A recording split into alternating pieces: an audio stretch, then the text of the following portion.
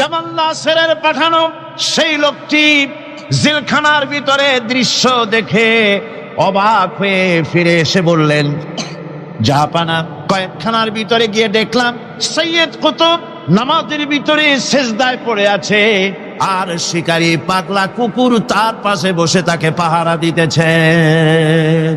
মৃত্যুর ভয় ইমানদারেরা করে না। তাকে বলা হয়েছিল ক্ষমা চাওয়ার জন্য, তিনি বলেছেন মাজলুমকে ক্ষমা চাইতে হবে জালেমের কাছে। এর থেকে ফাঁসি গ্রহণ করে শাহাদাতের দরজা নিয়ে হাসি মুখে আমি আমার মনিবের দরবারে খাড়া হতে চাই। এটাই হলো ঈমান। হ্যাঁ, জামাল নাসেরকে আল্লাহ পাক ইন্তেকাম নিলেন, দুনিয়া থেকে বিদায় করে দিলেন। সম্রাট আকবর নাম শোনেন নাই? কোথাকার প্রেসিডেন্ট? ভারতবর্ষে। কত বড় নাম করা ব্যক্তি। দ্বীন ইলাহি চালু করলো, তার নামে আল্লাহু আকবার চালু করলো। আল্লাহু আকবার বলতে যেন তারে বোঝানো হয়। জিল্লে ইলাহি বলে ঘোষণা করা লাগলো তাকে। তার সামনে মাথা নত করার ব্যবস্থা করে দিল, কুর্নিশের ব্যবস্থা করে দিল। হযরত মুজাদ্দিদ আল বিসানি রাহমাতুল্লাহ আলাইহি এর বিরোধিতা করলেন। বিরোধিতা করার পরে সম্রাট জাহাঙ্গীর তার জেলের মধ্যে ঢুকাই দিল। তাকে যখন দরবারে দাওয়াত দিয়েছিল, একটা গেট বানালো যাতে করে তার মাথা নিচু করে ঢোকা লাগে। আল্লাহর মাহবুব বান্দা মুজাদ্দিদ আল বিসানি রাহমাতুল্লাহ আলাইহি তিনি মনে করলেন এখানে গেটটা নিচু করা হয়েছে যাতে করে আমি মাথা নিচু করে ঢুকি, আর এটাই সে কুর্নিশ হিসাবে ধরে নেবে। তিনি মাথা নিচু করলেন না, মর্দে মুজাহিদ বাদশার দরবারে নিজের বাম পাখানা আগে ঢুকাইয়া দিলেন। এই অপরাধে তাকে কারারুদ্ধ করা হলো। জেলখানার ভিতরে তিনি আছেন। কয়েক মাস পরে জেলার সাহেব চিঠি লিখেছেন বাদশার কাছে, জাহাপানা, জেল তো হয় চোরের জন্য, ডাকাতের জন্য, বদমাশদের জন্য। কারে পাঠাইলেন জেলখানায়? মুজাদ্দিদ আল বিসানি নামক যে ব্যক্তিকে জেলে পাঠিয়েছেন, তিনি আসার পরেই কয় মাসে আমার জেলের মধ্যে চোর আর ডাকাত যা ছিল সব আল্লাহর ওলিতে পরিণত হয়ে গেছে। সম্রাট আকবর সেকেন্দ্রায় তার কবর রয়েছে, কেউ জিয়ারত করতে যায় না। মুজাদ্দিদ আল বিসানি রাহমাতুল্লাহ আলাইহি হযরতে খাজা মুঈনুদ্দিন চিশতি রাহমাতুল্লাহ আলাইহির দরবারে আজও হাজার হাজার মানুষ কবরের কাছে জিয়ারত করতে যায়।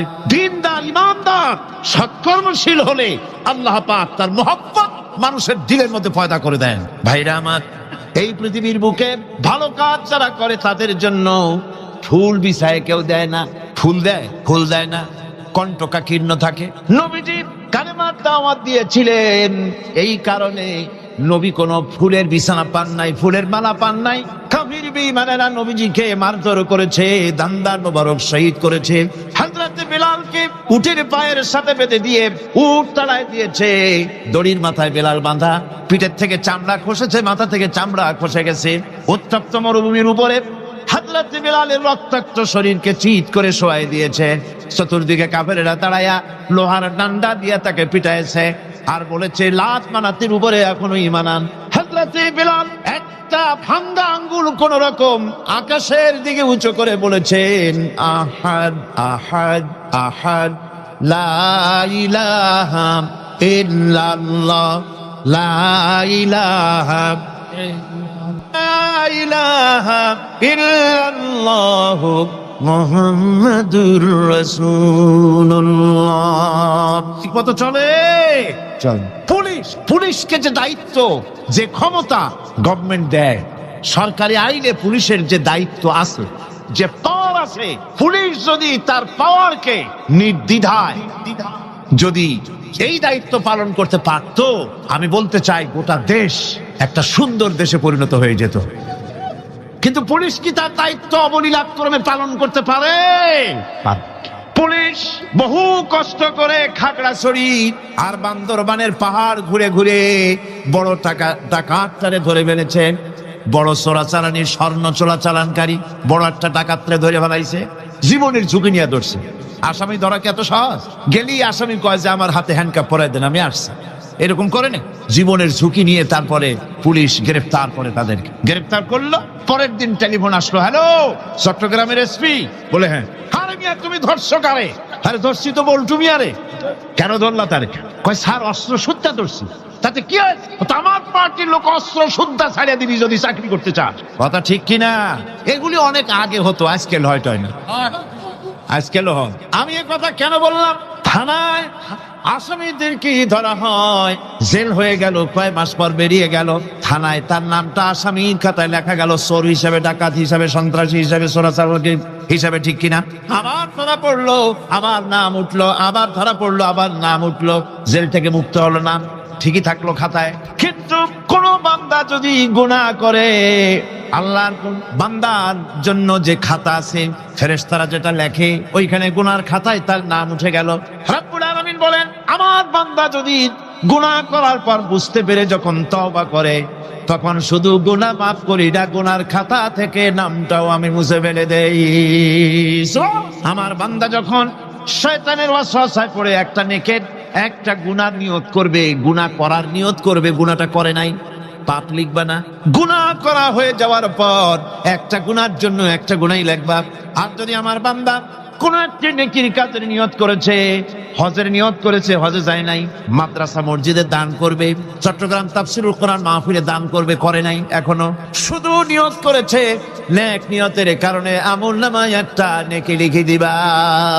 আর যখন নেকির কামটা করা হয়ে যাবে, আল্লাহ পাক বলেন, মান জাআ বিল হাসানাতি ফালাহু আশরু আমসালিহা। নেকির কাজটা যখন করা হয়ে যাবে, আমার বান্দার আমলনামায় একটা নেকের পরিবর্তে 10টা গ্রেস মার্ক লাগাইয়া 10 গুণ বাড়াইয়া দিবা। আমি বান্দা, আল্লাহ পাক বলেন, বান্দার কোন আমলের উপরে আমি জুলম করি না। বান্দা যদি যে সব কাজ করবে, সমস্ত নেক কাজের জন্য আমি তাকে সওয়াব দান করব। শুধু তাই না, সৎকর্মশীল ব্যক্তিদের রুজিতে আমি বরকত দিয়ে দিব। সুবহানাল্লাহ কোন। ভালো কাজ যারা করবে তাদের রুজিতে আল্লাহ পাক কি করবেন? ফাল্লাযীনা আমানু ওয়া আমিলুস সালিহাতি লাহুম মাগফিরাতুন ওয়া রিজকুন কারীম। যারা ঈমান আনবে এবং ভালো কাজ করবে, আমি তাদেরকে উত্তম রিজক দান করব। শুধু তাই নয়, আমলে সালিহ যারা করবে, সৎকর্মশীল লোকদের, তাদের জন্য রয়েছে আমার কাছে ক্ষমা, মাগফিরাত। ওয়া ইন্নী লাগাফফারুন লিমান তাবা ওয়া আমানা ওয়া আমিলা সালিহান সুম্মা ইহতাদা। নিঃসন্দেহে আমি ক্ষমাশীল ওই সব বান্দাদের জন্য যারা সৎ কাজ করে, আমলে সালেহ করে, নেক কাজ করে, আর গুনাহ থেকে তওবা করে, আর এই তওবার উপরে, হেদায়েতের উপরে টিকে থাকে, আমি তাদের গুনাহকাশী আমি রব্বুল আলামিন মাফ করে দেই। আল্লাহ পাক ওয়াদা করেছেন, নেক কাজ যদি হও, সৎকর্মশীল যদি তোমরা হও, তাহলে নেক কাজের বিনিময় আমি রব্বুল আলামিন তোমাদেরকে রাষ্ট্র ক্ষমতা দান করব, যেমন করে তোমাদের পূর্বপুরুষদেরকেও রাষ্ট্র ক্ষমতা দিয়েছিলাম। রাষ্ট্র ক্ষমতা হচ্ছে সুলতানে নাসির, যাকে বলা হয়েছে সাহায্যকারী শক্তি। রাসূল করিম সাল্লাল্লাহু আলাইহি সাল্লাম আল্লাহর কাছে সেখানে দোয়া করেছেন, রব্বি আদখিলনি মুদখালা সিদকিন ওয়া আখরিজনি মুখরাজা সিদকিন ওয়াজআলনি মিন লাদুনকা সুলতানান নাসিরা। আয় আল্লাহ, আমাকে সাহায্যকারী শক্তি আমাকে তুমি দান করো। এই সাহায্যকারী শক্তি হচ্ছে রাষ্ট্র ক্ষমতা। কি ক্ষমতা? রাষ্ট্র ক্ষমতা। এখন রাষ্ট্র ক্ষমতা কি জন্যে? রাষ্ট্র ক্ষমতা এই জন্যে যে রাষ্ট্রীয় পাওয়ার যদি আপনার হাতে না থাকে, তাহলে ইসলামের সকল আইন পালন করা সম্ভব নয়। ঠিক কিনা? ঠিক কিনা? আজ সমাজে সুদ চালু আছে নাকি নাই? জেনা চালু আছে নাকি নাই? জুয়া চালু আছে নাকি নাই? আমার ভাইরা, আমার এই দেশে, এই উপমহাদেশে, পাকিস্তান, ইন্ডিয়া, বাংলাদেশ, এই দেশগুলির মতো এত মাহফিল কোথাও হয় না, পৃথিবীর কোথাও এত মাহফিল হয় না। এই মাহফিলের কারণেই এই দেশের মানুষগুলি আল্লাহর মেহেরবানি, মাথায় টুপি আছে, মুখে দাঁড়িয়ে আছে, অসংখ্য মসজিদ মাদ্রাসা হয়েছে। আল্লাহর ওলিরা, বড় বড় আলেম এবং পীর বুজুর্গরা এই দেশে দ্বীনের দাওয়াত দিয়েছেন, সুদের বিরুদ্ধে কথা বলেছেন, ঘুষের বিরুদ্ধে কথা বলেছেন। কিন্তু আপনারা বলেন, এই শত শত বছর পর্যন্ত ওয়াজ নসিহত করে, পীর মুরিদি করে, আর তাফসীর করে, সুদ বন্ধ হয়েছে নাকি? বোঝেন না কথা? সুদ বন্ধ হয়েছে, ঘুষ বন্ধ হয়েছে, জেনা বন্ধ হয়েছে, বেশ্যালয় বন্ধ হয়েছে। কিয়ামত পর্যন্ত এই পদ্ধতিতে হবে না। কথা বুঝে আসছে? ওয়াজ করে, তাফসীর করে যদি সুদ আর ঘুষ বন্ধ হয়ে যেত, তাহলে রাসূলুল্লাহর চাইতে বড় ওয়াজ আল্লাহর দুনিয়ায় আর নাই। তিনি ওয়াজ করে বন্ধ করে দিতেন, কিন্তু তা হয় নাই। আল্লাহর ঘরের ভিতরে 360টা মূর্তি ছিল। 13টি বছর ধরে নবুয়াতের মক্কি জিন্দেগিতে আল্লাহর নবী একটা মূর্তিকেও আল্লাহর ঘর থেকে সরাই দিতে পারেন নাই, কথা ঠিক কিনা? কিন্তু যখন মদিনা মুনাওয়ারায় গেলেন, ইসলামী রাষ্ট্র হাতে পেলেন, এবার নবীজি ইসলামী রাষ্ট্রের প্রধান, এখন তিনি প্রেসিডেন্ট। সাহাবায়ে কেরাম আমলে সালেহ করেছে, ঈমান এনেছেন, আমলে সালেহ করেছেন, বদৌলতে আল্লাহ ক্ষমতা দিয়েছেন। এবার রাষ্ট্র ক্ষমতা হাতে। রাসূলুল্লাহ মক্কা দখল করলেন, কাবার ঘরের মধ্যে প্রবেশ করলেন, হাতে একটা লাঠি ছিল, মূর্তিগুলার মাথায় আঘাত করলেন, বললেন জা আল হক ওয়া যাহাকাল বাতিল ইন্নাল বাতিলা কানা যাহুকা। সত্য সমাগত, মিথ্যা অপসৃত, সমস্ত মূর্তিগুলি ঘর থেকে বের করে দিলেন। আজ আর কারো ক্ষমতা নাই এই মূর্তি টিকাবার জন্য আগায় আসে। সিনা পাইতে যে মূর্তি ভাঙ্গেন কেন? আছে কেউ? আছে কেউ? শুধু তাই না, কাবা ঘরে ঢোকার জন্য চাবি যার কাছে থাকে সে লোকের আজ আর টাকা লাগে নাই। এর আগে রাসূলুল্লাহ ঘরের মধ্যে ঢুকতে চাইছিলেন, ঢুকতে দেওয়া হয়নি, আরো গালাগালি দেওয়া হয়েছিল। আর আজকে চাবিওয়ালা দৌড়ে আসছে, হুজুর ঘরে ঢুকবেন না, এই নেন চাবি। আল্লাহ রসুল চাবি নিলেন, ঘরের মধ্যে ঢুকলেন, মূর্তিগুলো ফালাই দিয়া আল্লাহর ঘরের বাইরে এসে চাবির রক্ষককে ডেকে বললেন, এই চাবি তোমার কাছে থাকবে, কোন জালেম ছাড়া তোমার কাছ থেকে এই চাবি কেউ নেবে না। রাহমাতুল লিল আলামিন, কি ব্যবহারটা! এই চাবি তোমার কাছেই থাকবে। লোকটি স্পষ্টই বুঝতে পারলো তিনি কোনো সাধারণ মানুষ নন, সাধারণ কোন দেশ দখলকারী বাদশা নন। নিঃসন্দেহে তিনি আল্লাহর নবী। তিনি পড়ে নিলেন লা ইলাহা ইল্লাল্লাহু মুহাম্মাদুর রাসূলুল্লাহ। আজ পর্যন্ত ওই চাবি ওই বংশের লোকের কাছেই থাকে, কারণ রাসূলুল্লাহ বলেছেন জালেম ছাড়া এই চাবি তোমার কাছ থেকে কেউ নেবে না। এখন বাদশাও চাবি নেয় না, যেহেতু হাদিস অনুযায়ী জালেম হয়ে যাবে। রাসূলুল্লাহ ঘরে ঢুকলেন, মূর্তিগুলি ভালাই দিলেন, হাত সুদ বন্ধ করে দিলেন, ঘুষ বন্ধ করে দিলেন। বাংলাদেশে কিয়ামত পর্যন্ত যদি ওয়াজ হয়, সুদ ঘুষ বন্ধ হবে না। তবে হ্যাঁ, বাংলাদেশে একটা জায়গা আছে যেখানে বসে সুদ একদিনই বন্ধ করে দেওয়া যায়। সেটা কোন জায়গা? কোন জায়গা? আপনারা খুব ভালো করে বুঝেছেন, সেটার নাম সংসদ। কিন্তু গোটা জাতির কপাল খারাপ, যারা সুদকে মায়ের সাথে জিনা করার মতো গুনাহ মনে করে, সেই লোকগুলির আধিক্য পার্লামেন্টে জাতি বানাইতে পারে নাই। যদি তা হতো, বাজেট বক্তৃতার ভেতরে আমি বলেছিলাম, স্পিকার সাহেব, এই বাজেট যারা তৈরি করেছে সরকার এবং এই বাজেট প্রস্তুতকারী, কিয়ামতের দিন অবশ্যই আল্লাহর দরবারে আসামি হবেন, কারণ পুরা বাজেট সুদ ভিত্তিক। আর সুদকে আল্লাহ পাক হারাম করে দিয়েছেন, জঘন্যতম হারাম। সুদের মধ্যে 70টি গুনাহ, তার 70 গুনাহ হলো নিজের মাকে নিকাহ করা। নাউযুবিল্লাহি মিন যালিক। ভাগ্য আমরা বদলাতে চাই, ঠিক কিনা? কিন্তু বিশ্বাস করুন, আল্লাহ রাব্বুল আলামিনের কোরআন আমার হাতে। বিশ্বাস করুন, এ ভাগ্য সমাজতন্ত্র বদলাইতে পারে নাই, পুঁজিবাদ বদলাইতে পারে নাই, ধর্ম নিরপেক্ষ মতবাদ বদলাতে পারবে না, কখনোই পারবে না। জাতির ভাগ্য বদলাবে শুধু কোরআনের আইন। কিসের আইনে বদলাবে?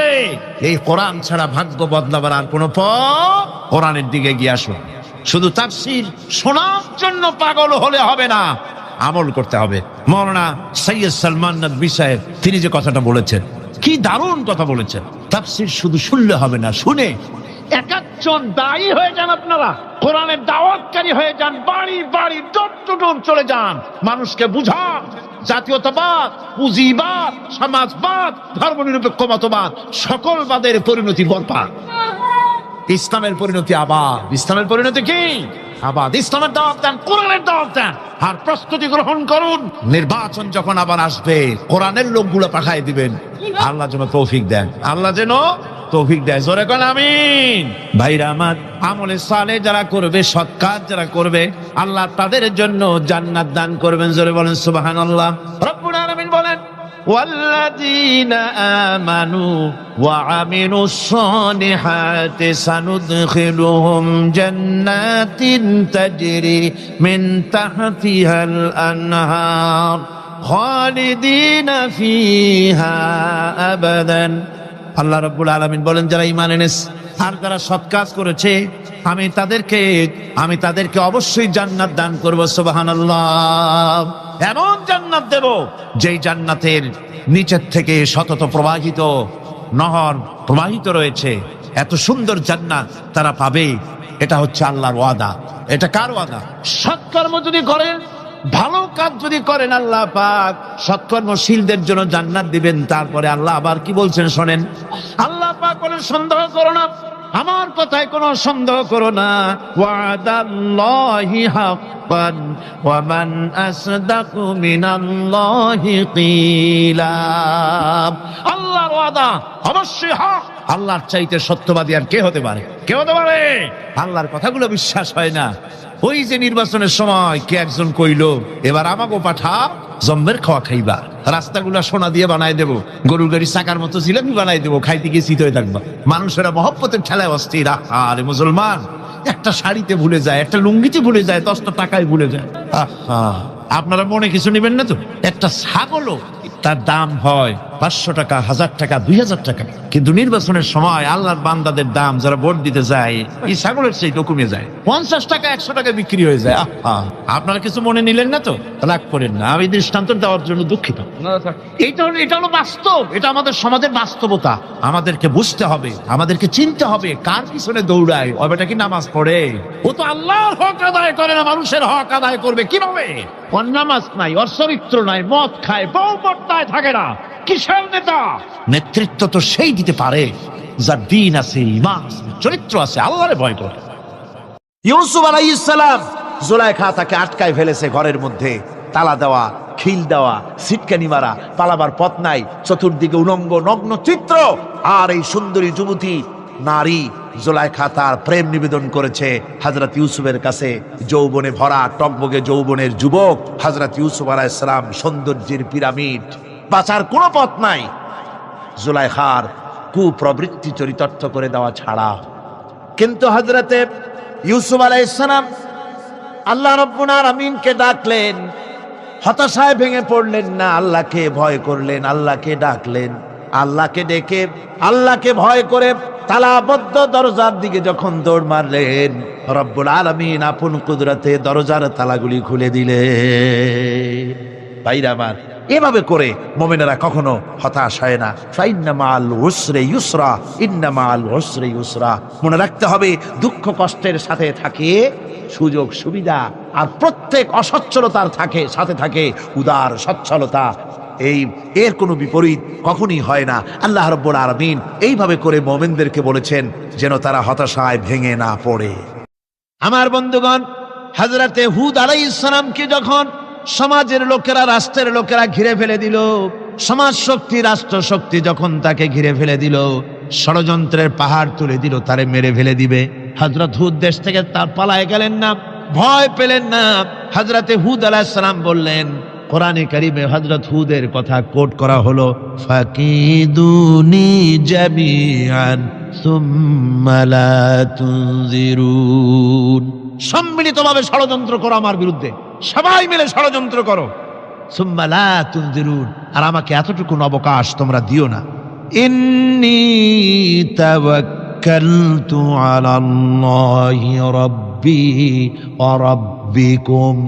আমি ভরসা করেছি সেই আল্লাহর উপরে, যার কুদরতি হাতের ভেতরে, যিনি আমাদের রব, তোমাদেরও রব, আর যার কুদরতি হাতের ভিতরে তামাম পৃথিবীর জানগুলি যার হাতে, সে আল্লাহর উপরে ভরসা করেছি। ষড়যন্ত্র যদ্দূর আছে করতে থাকো, আমি ষড়যন্ত্র পরোয়া করি না। সুবহানাল্লাহ বলেন। এটাই হলো মুমিনের কোয়ালিটি।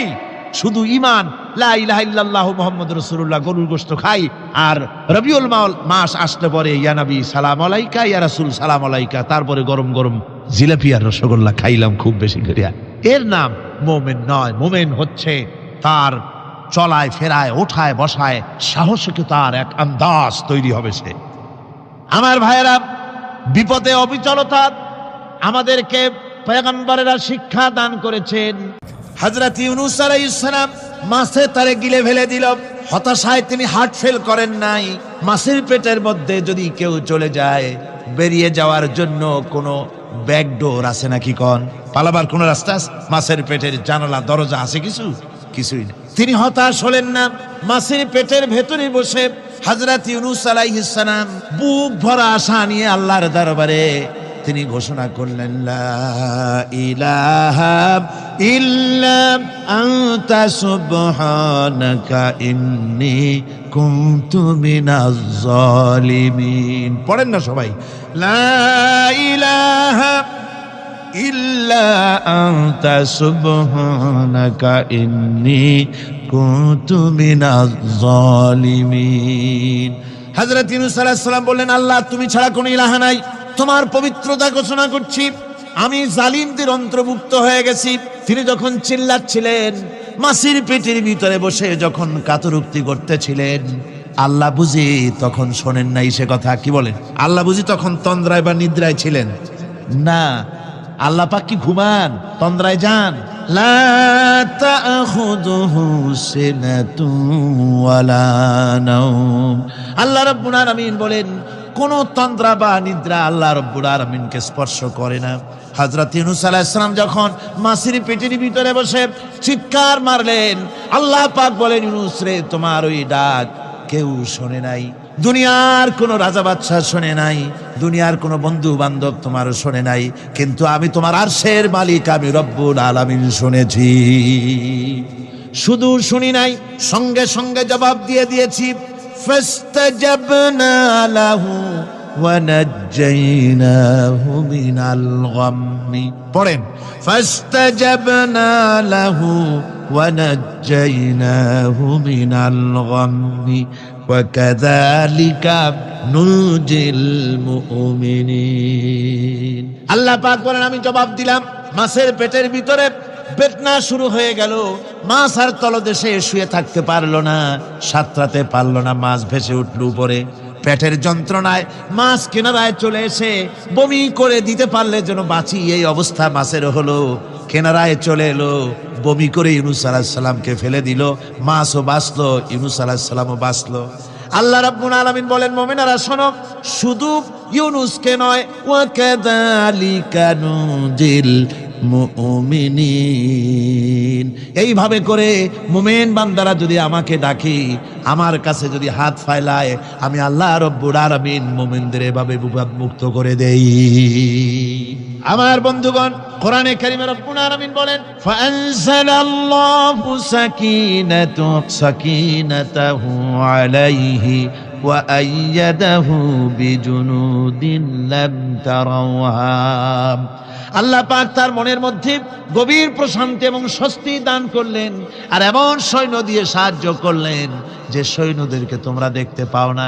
এভাবে করে রব্বুল আলামিন মুমিনদের বিপদে আপদে মুসিবতে সব সময় আল্লাহ পাক মুসলমানদেরকে সাহায্য করেছেন। জোরে বলেন সুবহানাল্লাহ। মুমিনদের সাহায্যকারী আল্লাহ। তাই ইসলামী আন্দোলনের সাথে যারা আছে, যারা কর্মী, যারা নেতা, যারা মুমিন, যারা ইমানদার, মেঘের মতো প্রচন্ড কালো মেঘ হয়ে চতুর্দিক থেকে অন্ধকারের মতো সে এসেছে বিপদ, কোনো বিপদ না। আল্লাহ পাক সাহায্যকারী। কে সাহায্যকারী? জোরে বলেন, সাহায্যকারী কে? আল্লাহ সুবহানাহু ওয়া তাআলা, তিনি সাহায্যকারী, ভয় নাই।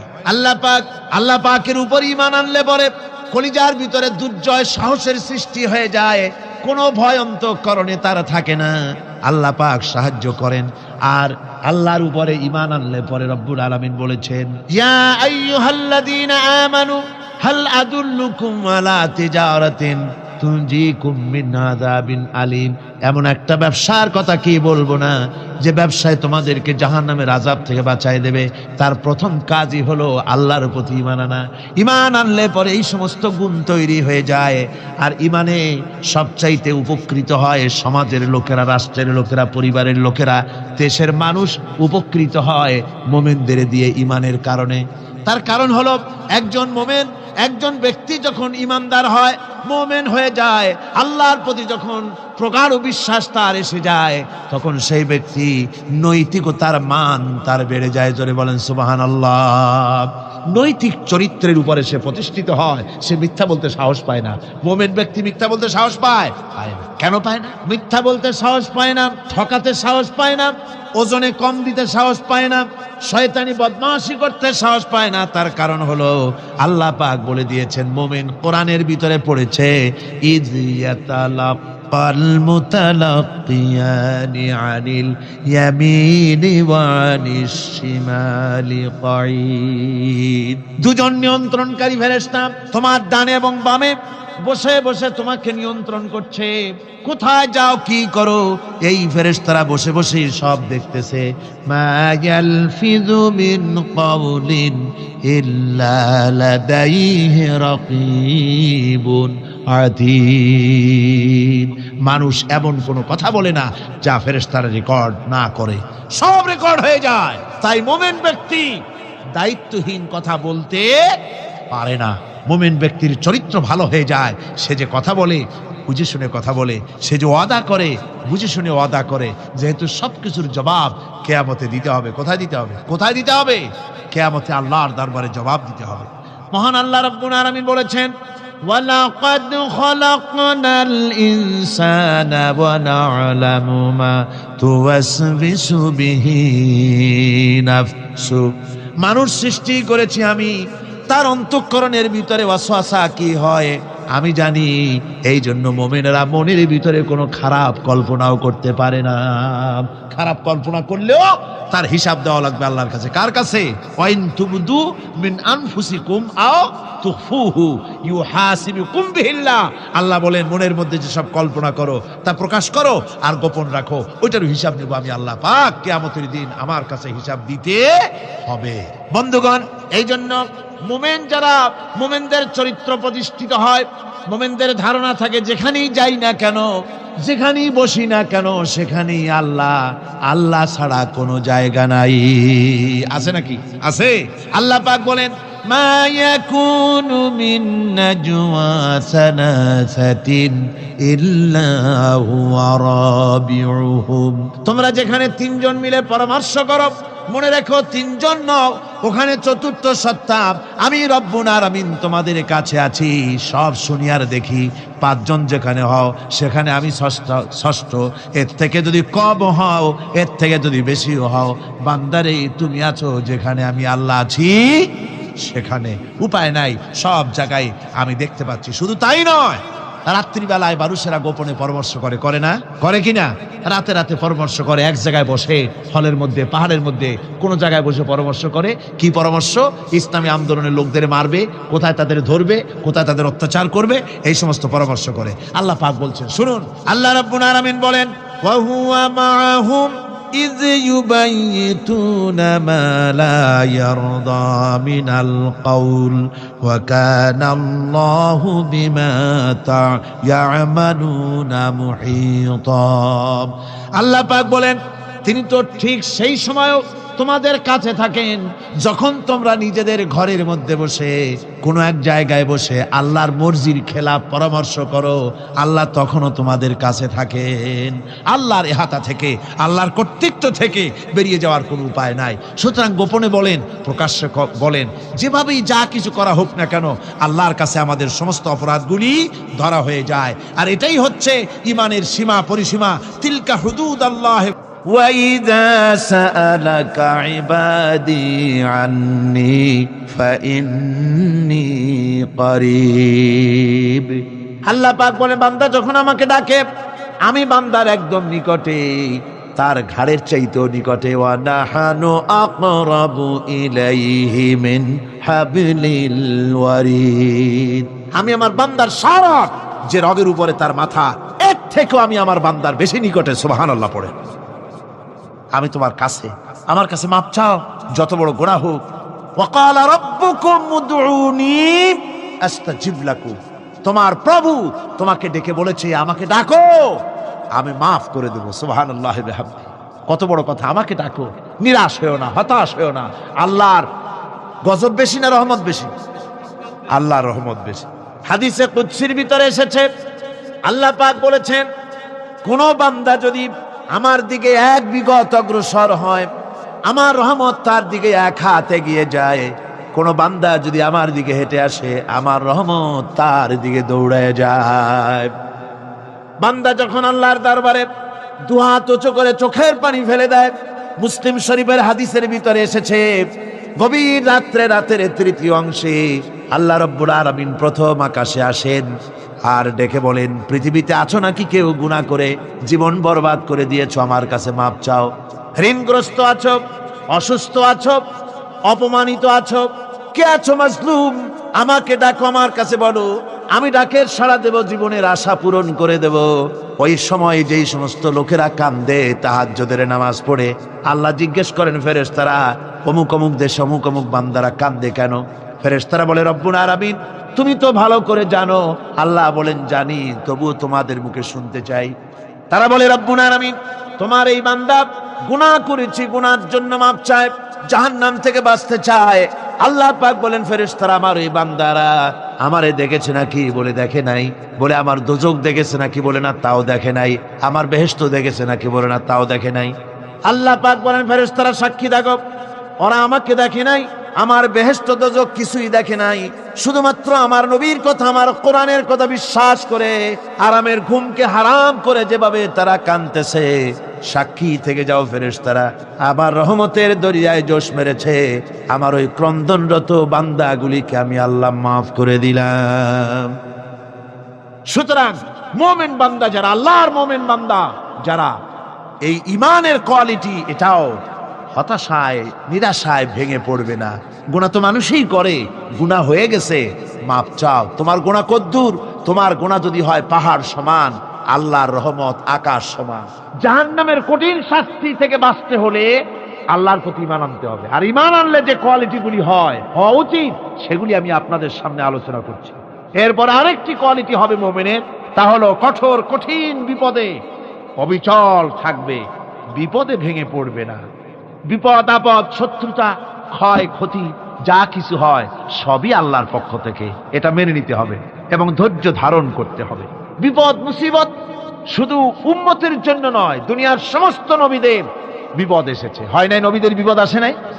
কোরআনে কারীম থেকে শুনুন, আল্লাহ রাব্বুল আলামিন বলেন, وَكَذَلِكَ جَعَلْنَا لِكُلِّ نَبِيٍّ عَدُوًّا مِّنَ الْمُجْرِمِينَ।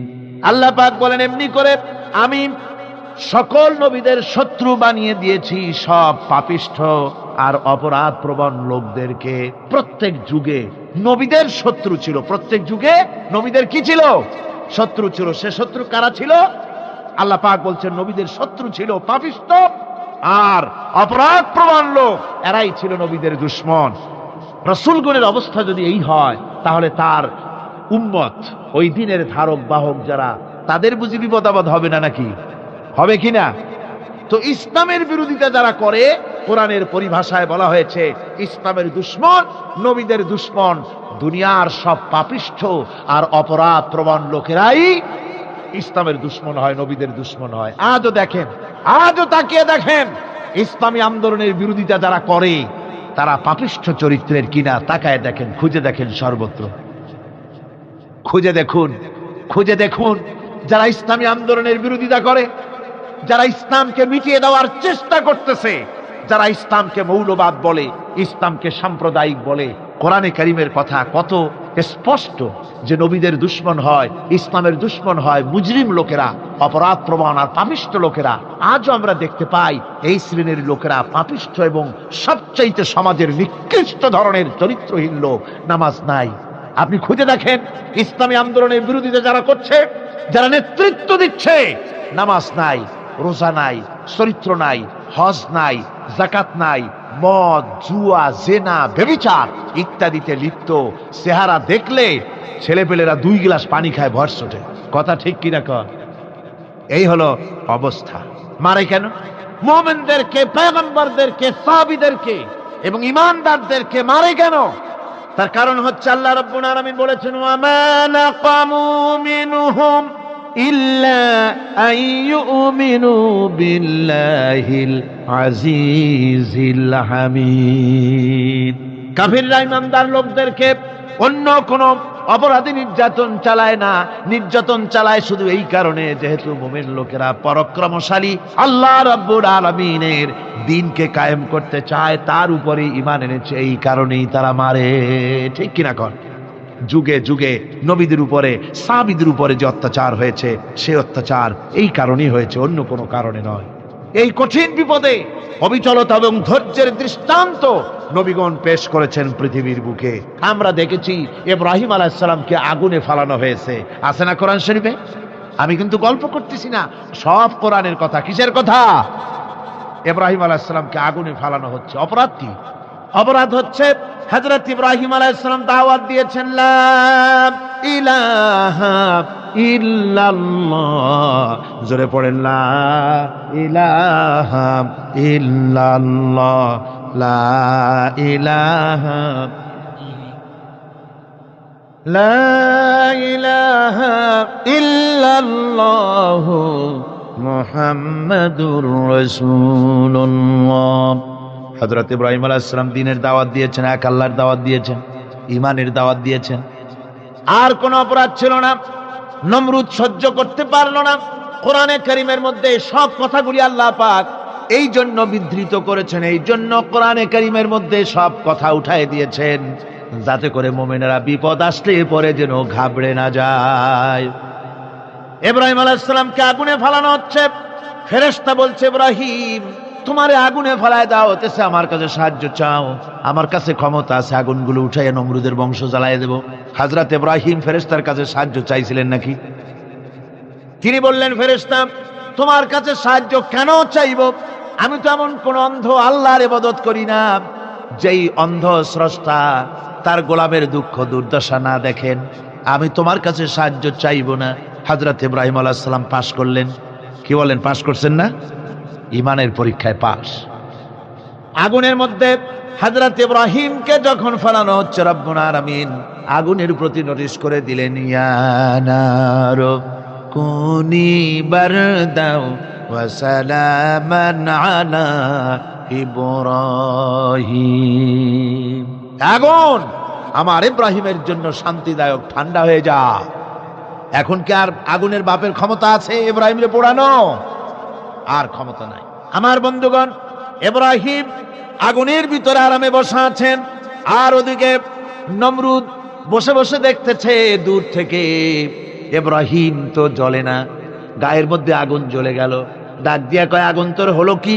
কেন জ্বালাইতে পারিস না আমার দুশমন রে? হলোটা কি তোর?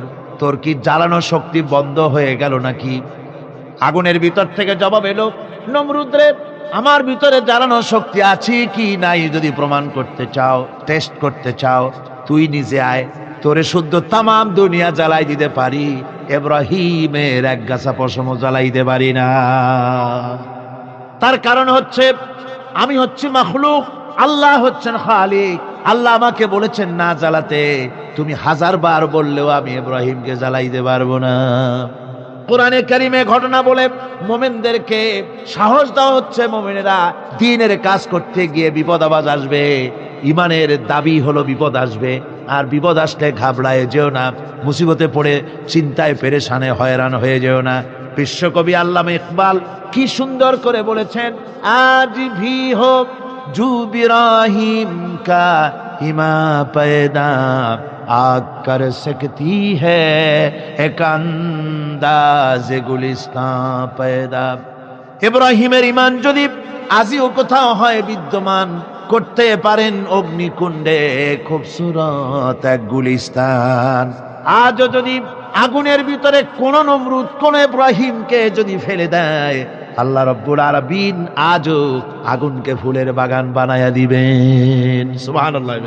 সামান্য স্যান্ডেলের ফিতা গাছা যদি ছেড়ে যায়, মানুষের কাছে চাইও না, আল্লাহ রাব্বুল আলামিনের দরবারে হাত পাতো, রব্বুল আলামিন তোমার স্যান্ডেল কেনার পয়সা জুগিয়ে দেবেন। জোরে বলেন সুবহানাল্লাহ। যা দরকার তার কাছেই চাও, হাত তার কাছেই পাতো। ওই যে সম্রাট শাহজাহানের কথা আমি আপনাদেরকে শুনাই। ফকির একটা ঘুরতেছে সারাদিন, এক লোক বলছে যে আপনি এত, হে ফকির তুমি এরকম করে ঘুরছো সারা জীবন, বুড়া হয়ে গেছো খয়রাত করতে করতে, ছোটবেলা থেকে তোমার ভিক্ষা করতে দেখি, আর কতকাল ভিক্ষা করবে? ভাই করবোটা কি? ওই যে বাচ্চার কাছে যাইতে পারবে, বাচ্চার কাছে গেলে এমন ভাবে দিবে, অনেক দিবে, নিয়ে কুলাইতে পারবা, তোমার আর জীবনে ভিক্ষা করা লাগবে। ফকির চলে গিয়েছে, কোথায় পাবো বাচ্চারে? দেখো মসজিদে পাবা। এখন তিনি নামাজ চলে গিয়েছে, সেখানে মসজিদের বারান্দায় দাঁড়ায় দেখে সম্রাট শাহজাহান হাত পেতে মোনাজাত করতেছেন, চোখের থেকে পানি পড়ে দাড়ি ভিজে ভিজে পড়ে। মোনাজাত শেষ করে বাদশা যখন বাইরে নেমেছেন, তখন ফকির তাকে সালাম দিয়ে চলে যান। বাদশা বলছেন, তুমি আমাকে সালাম দিয়ে চলে যাচ্ছ, তুমি তো ভিক্ষুক। আমার কাছে তো সমস্ত ভিক্ষুকই আমার কাছে চায়, ভিক্ষুক তো ভালো, ধনীরাও আমার কাছে চায়, তুমি ভিক্ষুক মানুষ আমার কাছে তুমি চাইলে না, সালাম দিয়ে চলে যাও। ফকির বলতেছেন, যা পানা সত্যি কিছু চাইতে এসেছিলাম, কিন্তু আমি আপনাকে দেখার পরে আমার চিন্তার পরিবর্তন হয়ে গেছে। আমি তাকিয়ে তাকিয়ে দেখলাম মসজিদের ভেতরে আমি চাইতে এসেছি দিল্লির সম্রাট শাহজাহানের কাছে। যেই সম্রাট, দিল্লির সম্রাট যার কাছে আমি চাইতে এসেছি, আমি তো দাঁড়ায় আছি কান্দি না, কিন্তু আমি দেখতেছি যার কাছে আমি চাইতে এসেছি তিনি যেন আবার কোন সম্রাটের কাছে আমার চাইতেও দারুণ ভিক্ষুকের মতো হয়ে চোখের পানি ফেলে ভিক্ষা চাইতেছে। মনে মনে ভাবলাম, মানুষের কাছে ভিক্ষা চাইবো না কোনদিন আর। বাদশা কান্দে, যেই বাদশার কাছে ওই সম্রাটের সম্রাট রাজা ধীরাজ আল্লাহর কাছে ছাড়া কারো কাছে জীবনে আর হাত পাতবো না। হযরত আবু হুরায়রা রাদিয়াল্লাহু তাআলা আনহু একবার রাসূল করিম সাল্লাল্লাহু আলাইহি ওয়াসাল্লামের দরবারে কাঁদতেছিলেন। হুজুর জিজ্ঞেস করলেন, আবু হুরায়রা তুমি কাঁদো কেন? হযরত আবু হুরায়রা বলেন, হুজুর আমার মা আমাকে মেরেছে, আমি সেই জন্য কাঁদতেছি। হুজুর বলেন, মা তোমাকে মারলো কেন? কোনো বেয়াদবি করেছো নাকি? তিনি বললেন, না কোনো বেয়াদবি করি নাই, তবে মারলো কেন? হযরত আবু হুরায়রা বলেন, হুজুর আমার মা হচ্ছেন মুশরিকা, আমার মা কাফের। আমি অনেক রাত হয়েছিল বাড়ি ফিরতে, আমার মা জিজ্ঞেস করলো এত রাত কোথায় ছিলি? আমি বললাম, মা তাম পৃথিবী যে কদম মোবারক চুমতে পারলে নিজেকে ধন্য মনে করে, আমি সেই রাসূলের দরবারে ছিলাম, আসতে দেরি হয়ে গেছে। ইয়া রাসূলুল্লাহ, আপনার নাম শোনা মাত্র আমার মায়ের গায়ে আগুন জ্বলে গেল। সহ্য করতে না পেরে আমাকে মায়ের আরম্ভ করে দিল। বলল, আবু হুরায়রা হয় আমার বাড়ি ছাড়বি, না হয় মুহাম্মদ সাল্লাল্লাহু আলাইহি ওয়াসাল্লামের ঘর ছাড়বি, কোনটা করবি কর। আমি বললাম, মা তোমার গায়ে যত শক্তি আছে সমস্ত শক্তি দিয়ে তুমি আমাকে প্রহার করো, আমি তামাম তোমার বাড়িটা সুদ্ধা তামাম দুনিয়া ছেড়ে দিতে পারি, কিন্তু রাসূল পাক সাল্লাল্লাহু আলাইহি ওয়াসাল্লামের কদম মোবারক ছাড়তে পারি না। ভাইরা আমার, হযরতে আবু হুরায়রা কাঁদতেছেন। আল্লাহর নবী বলেন, তুমি কাঁদো কেন?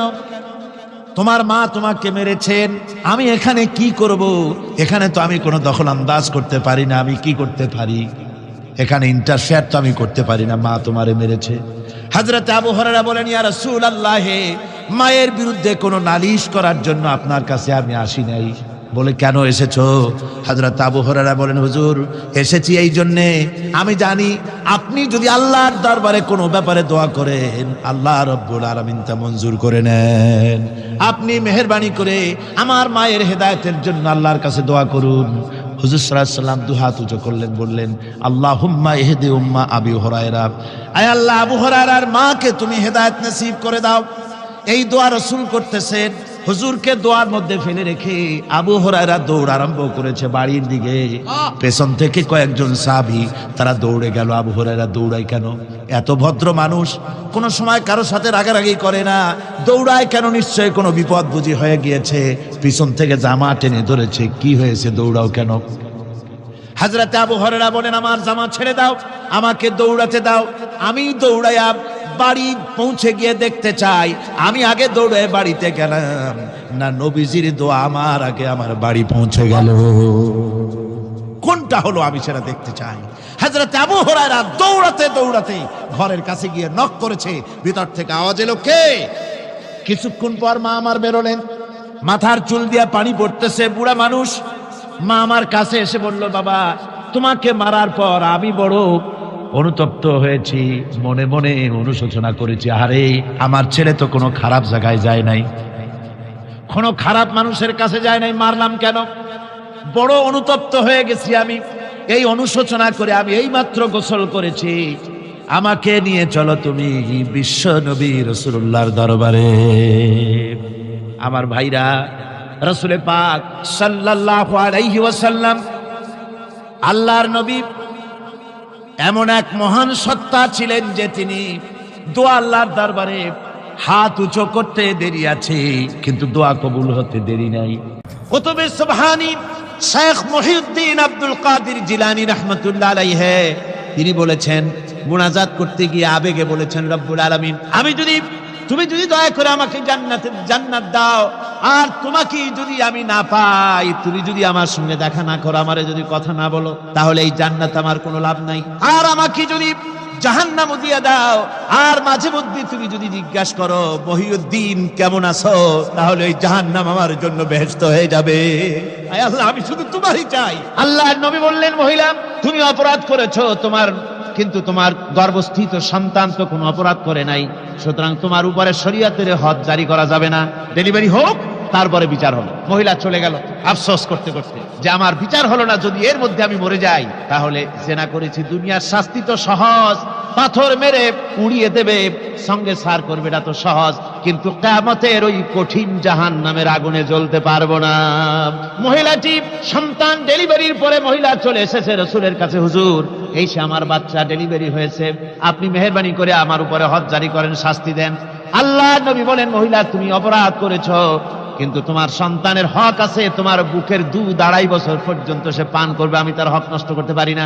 মহিলা আবার চলে গেল কাঁদতে কাঁদতে, যদি এর মধ্যে মরে যায়, 2.5 বছর যেতে পারে নাই, তার আগেই মহিলা ওই বাচ্চাটাকে কোলে নিয়ে হাতে একটা রুটি দিয়া হুজুরের কাছে আসছে। কত পেরেশানি দেখেন। মহিলা এসে বলেন, ইয়া রাসূলুল্লাহ, আমার এই বাচ্চা এখন দুধ ছেড়ে দিয়েছে, সে রুটি খাইতে পারে, হুজুর আর দেরি করবেন না, এই শাস্তি না নিয়ে যদি মরে যাই, জাহান্নামের কঠিন আযাব আমি ভোগ করতে পারবো না। আল্লাহর নবী ওই মহিলাকে অর্ডার দিয়া দিলেন, একে বুক পর্যন্ত মাটির মধ্যে গেড়ে দিয়া চতুর্দিক থেকে পাথর নিক্ষেপ করো। মহিলাকে নিয়ে তাকে বুক পর্যন্ত মাটির ভিতরে গেড়ে দিয়া চতুর্দিক থেকে যখন পাথর নিক্ষেপ করা হচ্ছিল, রক্ত ছিটে এসে একজন সাহাবীর গায়ে পড়ায়, সাহাবী মহিলাকে ভৎসনা করলেন। আল্লাহর নবী বললেন, শুনতে পেরে নবীজি বললেন, ও সাহাবী ভৎসনা করো না, বরং এই মহিলার তওবা আল্লাহ রাব্বুল আলামিন এমন ভাবে কবুল করেছেন, যদি সে তওবা দুনিয়ার সব মানুষকে ভাগ করে দেওয়া যায়, তাহলে সমানভাবে ভাগ করে দেওয়া যাবে। 60,000 সৈন্য তাদের অশ্ব নিয়ে, তাদের উষ্ট্র নিয়ে, তাদের মালপত্র নিয়ে, জিহাদের সামান নিয়ে শ্রাবণের খরস্রোতা নদী, উত্তাল তরঙ্গমালায় ভরা নদীর উপর থেকে এই সাহাবীরা পাড়ি দিয়ে ওপার চলে গেলেন। ওপার যাওয়ার পরে হযরতে সাদ বলছেন, তোমাদের কেউ কি হারায় গেছে নাকি? সবাই এদিক ওদিক তাকায় খোঁজ করে বলল, মানুষ তো দূরের কথা, একটা উট আর ঘোড়াও একটাও হারায় যায় নাই। একজন বলল, আমার একটা পেয়ালা, যে পেয়ালা আমি পানি পান করতাম, সেই পেয়ালাটা তুফানে ছিটকে কোথায় চলে গেছে, ওইটা হারায় গেছে। হযরতে সাদ বলেন, মুজাহিদের কোনো জিনিস দরিয়া নিতে পারে না, অবশ্যই তা ফেরত আসবে। এই কথা তিনি বলতেছিলেন, হঠাৎ করে দরিয়ার কিনারে একটা আওয়াজ হলো, দেখা গেল তুফানের ভিতরে সেই হারানো বাটিটা তাদের মধ্যে ফিরে এসেছে। আল্লাহু আকবার। মুজাহিদদেরকে সাহায্য করেন স্বয়ং আল্লাহ রাব্বুল আলামিন। আফ্রিকার জঙ্গলের কাছে, ভিন্ন ইতিহাস, জঙ্গলের কাছেই মুসলমানদেরকে থাকতে দেওয়া হয়েছে। মনে করা হয়েছিল জঙ্গলের সমস্ত হিংস্র প্রাণীরা এই মুসলমানদের শেষ করে দেবে, যুদ্ধ করা লাগবে না। হযরতে সাদ সে অবস্থা বুঝতে পারলেন, তিনি একটা মঞ্চ তৈরি করলেন। সেই মঞ্চের উপরে দাঁড়ায় জঙ্গলের প্রাণীদের দিকে লক্ষ্য করে তিনি নোটিশ জারি করে দিলেন, বললেন, ইয়া আইয়াতুহাল হাশারাত ওয়াস সিবাউ নাহনু আসহাবু রাসূলুল্লাহ সাল্লাল্লাহু আলাইহি ওয়াসাল্লাম। হে জঙ্গলের হিংস্র প্রাণীরা, আমরা আল্লাহ রাসূলের সাহাবী, ফাইন্না নাজিলুনা ফামান ওয়াজাদনা বাদাহু কাতালনাহু। আমরা রাসূলের সাহাবী, এইখানে আল্লাহর দ্বীনকে কায়েম করার জন্য আমরা এসেছি, আল্লাহর কলেমার আওয়াজ নিয়ে আমরা এখানে রাত কাটাবো। সুতরাং এই জঙ্গলের ভিতরে হিংস্র প্রাণী যত আছো, সব আমাদের এই জায়গা ছেড়ে অন্যত্র চলে যাও। আফ্রিকার জঙ্গলি মানুষেরা চিন্তা করলো, মানুষের কথা কি জঙ্গলি প্রাণীতে শোনে নাকি, পাগলে কয় কি? তারা তাকায় তাকায় দেখলো, হযরতে সাদের এই ঘোষণার পরে বাঘের কাতারে বাঘ, সিংহের কাতারে সিংহ, সাপের কাতারে সাপ, যার যার ডিম আর বাচ্চাগুলি মুখে কামড়াইয়া সাহাবীদের এলাকা ছেড়ে দিয়ে তারা অন্যত্র চলে গেল। আমার মুসলমান ভাইরা, এই ছিল মুসলমানদের ইতিহাস। দ্বীন প্রতিষ্ঠা করার কাজে মুসলমান এগোলে আল্লাহই মদত করেন। কে মদত করেন? একবার একজন দরবেশ সাহেব রাস্তা দিয়ে যাচ্ছেন, প্রতিমধ্যে তিনি দেখতে পেলেন নদী থেকে এক কলসি পানি নিয়ে এক যুবতী সুন্দরী মেয়ে রাস্তা বেয়ে যেতেছে, দরবেশ সাহেব দাঁড়ায় গেলেন আর ওই যুবতীর দিকে এক নজরে তাকায় আছেন, চোখে পলক দেয় না। এরপরে যুবতী থমকে দাঁড়ায় গেল। আধা বুড়া মানুষ, দাড়ি অর্ধেক পাইকে গেছে, দেখতে তো দেখায় খুব বুজুর্গ মানুষ, কিন্তু রাস্তায় আমার একা পায়া এমনি করে তাকিয়ে আছে আর চোখ দিয়েও তো পানি পড়ে। ব্যাপারটা কি? দরবেশ কান্দে কেন? প্রতিমধ্যে আমাকে একা পেয়ে দরবেশ কাঁদে কেন, তাকিয়ে আছে কেন? মহিলার চিন্তা জাগলো। শেখ সাদি রহমতুল্লাহ আলাইহি ঘটনা লিখেছেন, বাংলা এক কবিতার অনুবাদ করেছেন। একদা সুখদায়ক প্রমোদা বদন, দর্শন করি মম ঝরিল নয়ন, হেসে কহে সে রূপসী সবিস্ময় মন, কহ দেখি মহাশয় কহ কি কারণ, বিষয়ে বিরাগী তুমি ভুবনে প্রচার, কি হেতু জন্মিল তব মানস বিকার। যুবতী মেয়েটি বলছে, ওগো দরবেশ সাহেব, হুজুর সাহেব, আমি একটা যুবতী মেয়ে লোক, রাস্তায় আমাকে একা পেয়ে আপনি আমার দিকে তাকায় আছেন আর কাঁদতেছেন। এই বৃদ্ধ বয়সে ভীমরতি হলে কেন? আমাকে দেখে কাঁদেন কেন আর এক নজরে কেন তাকায়ছেন? কারণটা কি? কি কুমতলব আছে? দরবেশ সাহেব বলছেন, হেসে কহিলাম বালে করহ শ্রবণ, নেত্র ঝরে তবু হেতু ভেব না এমন। হে রূপসী মেয়ে, তোমার জন্য আমি কান্দি, একথা একবারও চিন্তা করো না। যে শিল্পী রচিল এই সুধাংশু বদন, তাহার তরে ঝরে নেত্র নয়নে জীবন। তোমার প্রেম পাওয়ার জন্য তোমাকে দেখে লোবাতুর এবং কামুক হয়ে তোমার দিকে তাকায় কান্দি, একবারও ভেব না। আল্লাহর কসম, আমি কাঁদতেছি তোমার এত সুন্দর স্বাস্থ্য আর চেহারা যে আল্লাহ রাব্বুল আলামিন বানায় দিলেন, না জানি সেই আল্লাহ কত সুন্দর। হযরত নূহ আলাইহিস সালামের জামানায় 40 দিনের বন্যা।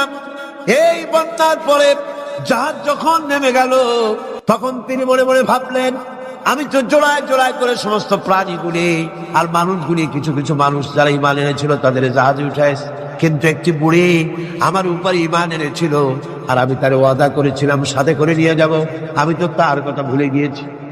অনুশোচনা এলো।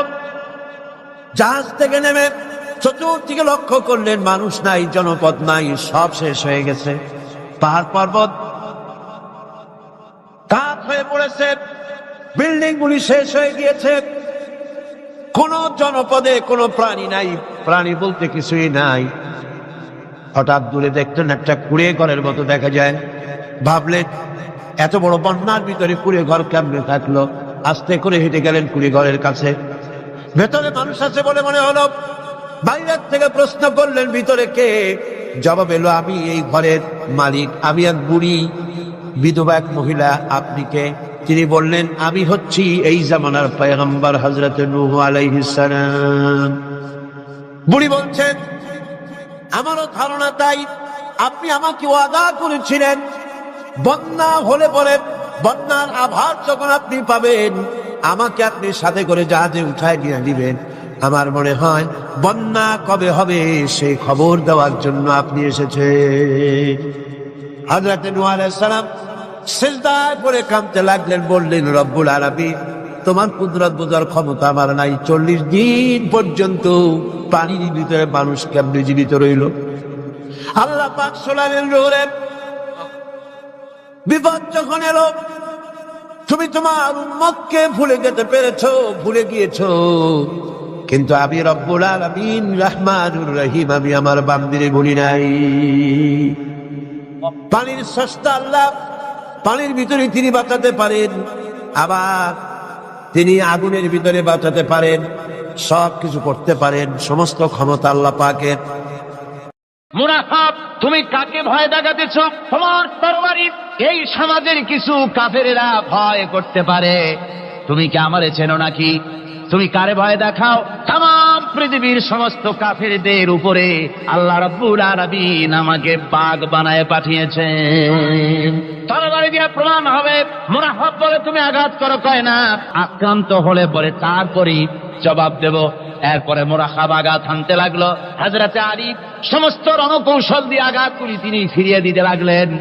এরপরে হযরতে আলী বলছেন, মুরাখাব এবার তৈরি হও আমার আঘাত সহ্য করার জন্য। হযরতে আলী জুলফিকার তুলে আঘাত করলেন। এক আঘাতেই দেখা গেল মুরাখাবের মাথা থেকে শুরু করে শরীর টুকরা হয়ে গিয়া হযরত আলীর তরবারির মুঠা পর্যন্ত মাটির ভিতরে গেড়ে গিয়েছে। দুর্গ দখল হয়ে গেল। পরের দিন আল্লাহর নবী বলেন, আলী শুনতে পেলাম তোমার ঢাল ভেঙে গিয়েছিল, তারপরে তুমি যুদ্ধ করলে কি দিয়ে? হযরত আলী বলেন, হুজুর কামুজ দুর্গের ওই কবাতটা, লোহার কবাতটা বাম হাতে নিয়া আর ডান হাতে তরবারি নিয়ে লড়াই করেছি। হুজুর বলেন, কি করে মানুষ কেমনে এত বড় দুর্গের লোহার কবাত হাতে নিয়ে যুদ্ধ করে, একটু দেখাও তো দেখি। হযরত আলী গতকালকের মতো বাম হাত দিয়া ধরেছেন, নাড়াতে পারেন না, এবার ডান হাত দিয়া ধরেছেন, নাড়াতে পারেন না। ডান আর বাম দুই হাত দিয়া সমস্ত শক্তি দিয়ে এমন জোরে টান বেড়েছেন, প্রতিটি লোমকূপের গোড়া থেকে ঘাম বেরিয়ে এসেছে, এক চুলো নড়াতে পারেন নাই। হযরত আলীর মুখখানা মলিন হয়ে গেছে লজ্জায়। হযরত আলী রাদিয়াল্লাহু তাআলা আনহু লজ্জা পেয়ে গেছেন। রাসূল পাক সাল্লাল্লাহু আলাইহি ওয়াসাল্লাম বলেন, আলী লজ্জা পাওয়ার কোনো কারণ নাই, চিন্তা করার কোনো কারণ নাই, তোমার নিজস্ব শক্তি দিয়া তুমি লড়াই করতে পারো নাই। এত বড় লোহার দরজা নিয়ে কবাত নিয়ে মানুষ ভাবে লড়াই করতে পারে না। আল্লাহ তার দিনকে বিজয়ী করার জন্য তোমার ভিতরে আল্লাহ রাব্বুল আলামিন ক্ষমতা দিয়েছিলেন। জোরে বলেন সুবহানাল্লাহ। আল্লাহ রাব্বুল আলামিন এই জিহাদের ময়দানে যখন মানুষ আসে, আল্লাহ তাদের উপরে মদদ দান করেন। আমার বন্ধুগণ, আল্লাহর দিনকে জমিনের উপরে প্রতিষ্ঠিত করার জন্য যদি আমরা আজও যদি ঐক্যবদ্ধ হই দিন কায়েমের জন্য, তাহলে আল্লাহ রাব্বুল আলামিন আমাদেরকে মদদ করবেন। আল্লাহ পাক কোরআনে কারীমের মধ্যে বলেছেন, ওয়া কানা হাক্কান আলাইনা নাসরুল মুমিনিন, মুমিনদেরকে সাহায্য করা আমি আল্লাহর জন্য ওয়াজিব হয়ে যায়। জোরে বলেন সুবহানাল্লাহ। মুমিনদের জন্য সাহায্য করা আল্লাহর জন্য কি হয়ে যায়? ওয়াজিব হয়ে যায়। ভাইরা একটু বৃষ্টি সহ্য করেন না, খুব বেশি বৃষ্টি। আচ্ছা, ওই এটা রহমত।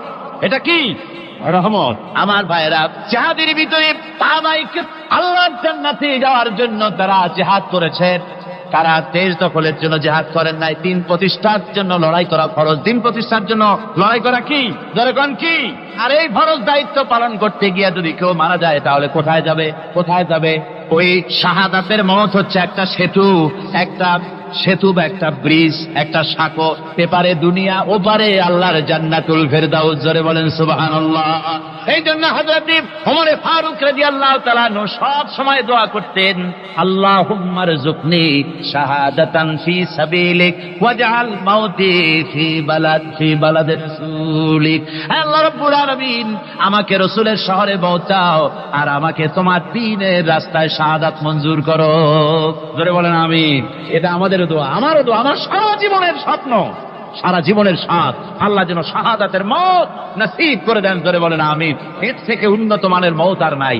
ওই প্যারালাইসিস হয়ে বিছানায় পড়ে তড়পায় তড়পায় মরার কোনো দাম নাই। দুনিয়ার বুকে বিড়ালের জিন্দিগি বছর করার 500 বছর বেঁচে থাকার দাম নাই। সিংহের মতো 1 সেকেন্ড বেঁচে থাকার দাম আছে, ঠিক কিনা? আর মওত, প্লীহা, যকৃত, typhoid, paralysis, diabetes, heart attack, kidney পচে যাওয়া, হাবিজাবি মৌতের চাইতে আল্লাহর রাস্তায় জিহাদ করে শাহাদাতের মৌত সর্বশ্রেষ্ঠ মৌত। জোরে বলেন সুবহানাল্লাহ। আমার ভাইরা, রাসূল পাক সাল্লাল্লাহু আলাইহি ওয়াসাল্লাম তিনি মদিনা মুনাওয়ারায় এসে প্রথম যে জিহাদের সম্মুখীন হলেন, ওইটার নাম কি? কোন জিহাদ? বদর। কোন জিহাদ? বদরের জিহাদ। সেই বদরের মাঠে জিহাদের জন্য রাসূল সাহাবীদেরকে তৈরি করতেছেন। তো আপনারা চিন্তা করেন বিষয়টা, জিহাদ করতে হবে। এই বদরে সাহাবীরা জিহাদ করবে কাদের বিরুদ্ধে? নিজের বাপের বিরুদ্ধে।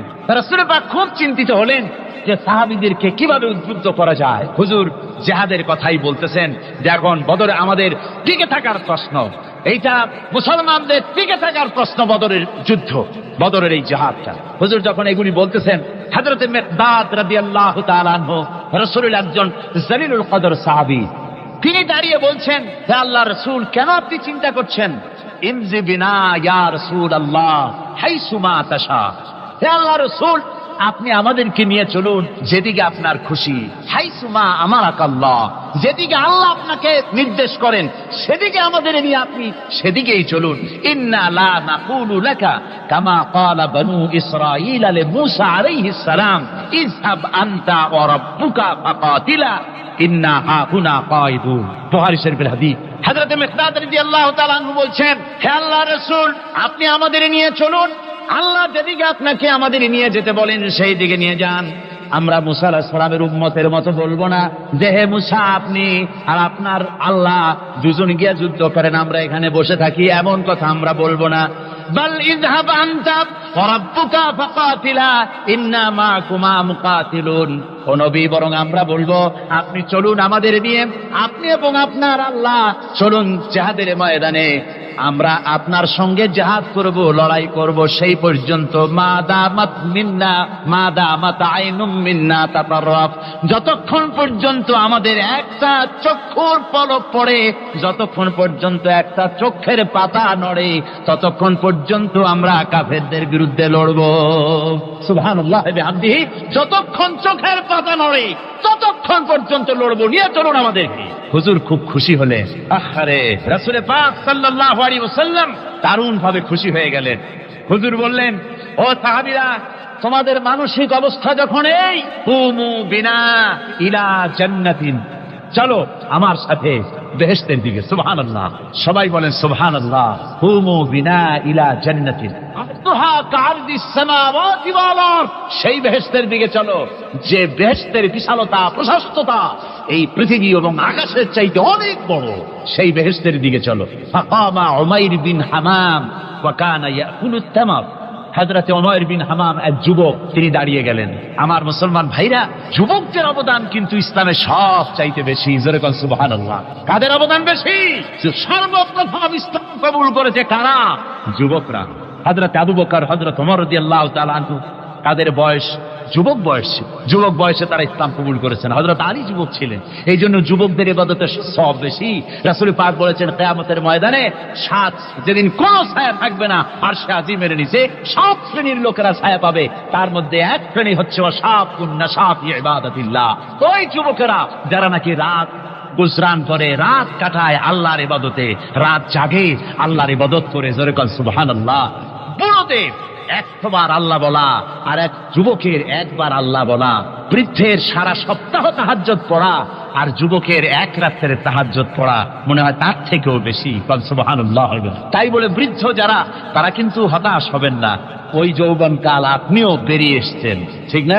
সুতরাং যুবকদের অবদান বেশি। হযরত উমাইর বিন হামাম রাদিয়াল্লাহু তাআলা আনহু, তিনি দাঁড়িয়ে গেলেন, তার হাতে ছিল ওয়া কানা ইয়াকুলুত তামার, তিনি খরমা খাচ্ছিলেন, হাতে ছিল কয়েকটা খরমা, তিনি খরমাগুলি হাতে নিয়ে দাঁড়িয়ে বলছেন ওয়াকালা বাখবাখ, তিনি বলছেন, বাখবাখ শব্দ এটা হচ্ছে লুগাল মুহাল্লিয়া, অর্থাৎ আঞ্চলিক শব্দ। এর অর্থ হচ্ছে মা আযমাহু ওয়া মা আহসানাহু। কি আশ্চর্য, কি সুন্দর, কি বিরাট, কি সুন্দর কথা আপনি বললেন হে রাসূল।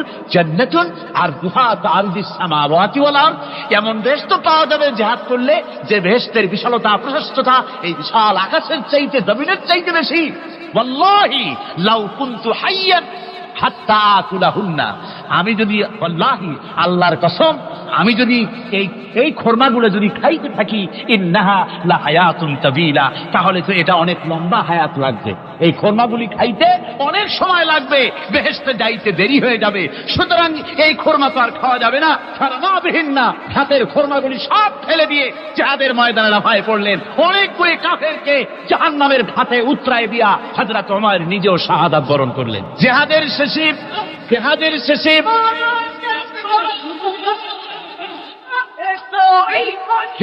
শেষে শহাদায়ে বদরের সমস্ত শহীদদের লাশ এক জায়গায় এনে সাহাবীরা বললেন, হে আল্লাহর রাসূল, আপনি যখন জান্নাতের বর্ণনা দিতেছিলেন তখন যে যুবকটা খরমা খেতেছিল আর জান্নাতের আশায় হাতের খরমা ফেলে দিয়েছিল, যে খরমাগুলি খাইতে গেলে তো সময় লাগবে অনেক, বেহেশতে যেতে দেরি হয়ে যাবে, এই কথা মনে করে হাতের খরমা ফিকে ফেলে জিহাদের ময়দানে এসে শাহাদাত বরণ, যে যুবকটি জিহাদ করেছিল তার লাশে সেও শাহাদাত বরণ করেছে। রাসূল পাক হযরত ওমরের চেহারার দিকে লক্ষ্য করে তার দিকে অঙ্গুলি সংকেত করে হুজুর বলছেন, ইন্নাকা মিন আহলিহা, ওমর, যে বেহেশতের জন্য তুমি খরমা খাওয়ার ধৈর্য ধরতে পারো নাই, আমি নবী সাক্ষী দিচ্ছি তুমি সেই জান্নাতের অধিবাসী। আমার ভাইরা, ওই জান্নাতে যাওয়ার জন্য, আল্লাহর দ্বীনকে প্রতিষ্ঠার জন্য আমাদেরকে ঐক্যবদ্ধ হতে হবে। আল্লাহর দ্বীনের জন্য, আল্লাহর নবীর যে আদর্শ, সে আদর্শ প্রতিষ্ঠার জন্য এগিয়ে আসতে হবে। যদি আমরা তা করতে পারি, আমরা সংখ্যায় কত, আমাদের অস্ত্র আছে কি নাই, আমাদের জনবল কত, আমাদের সৈন্যবল কত, এগুলি প্রশ্ন না। প্রশ্ন হচ্ছে ওয়ালা তাহিনু ওয়ালা তাহসানু ওয়া আনতুমুল আলাউনা ইন কুনতুম মুমিনিন। কোনো ভয় নাই, কোনো চিন্তা নাই, যদি তোমরা মুমিন হও আমি আল্লাহ তোমাদেরকে বিজয়ী করব। জোরে বলেন সুবহানাল্লাহ।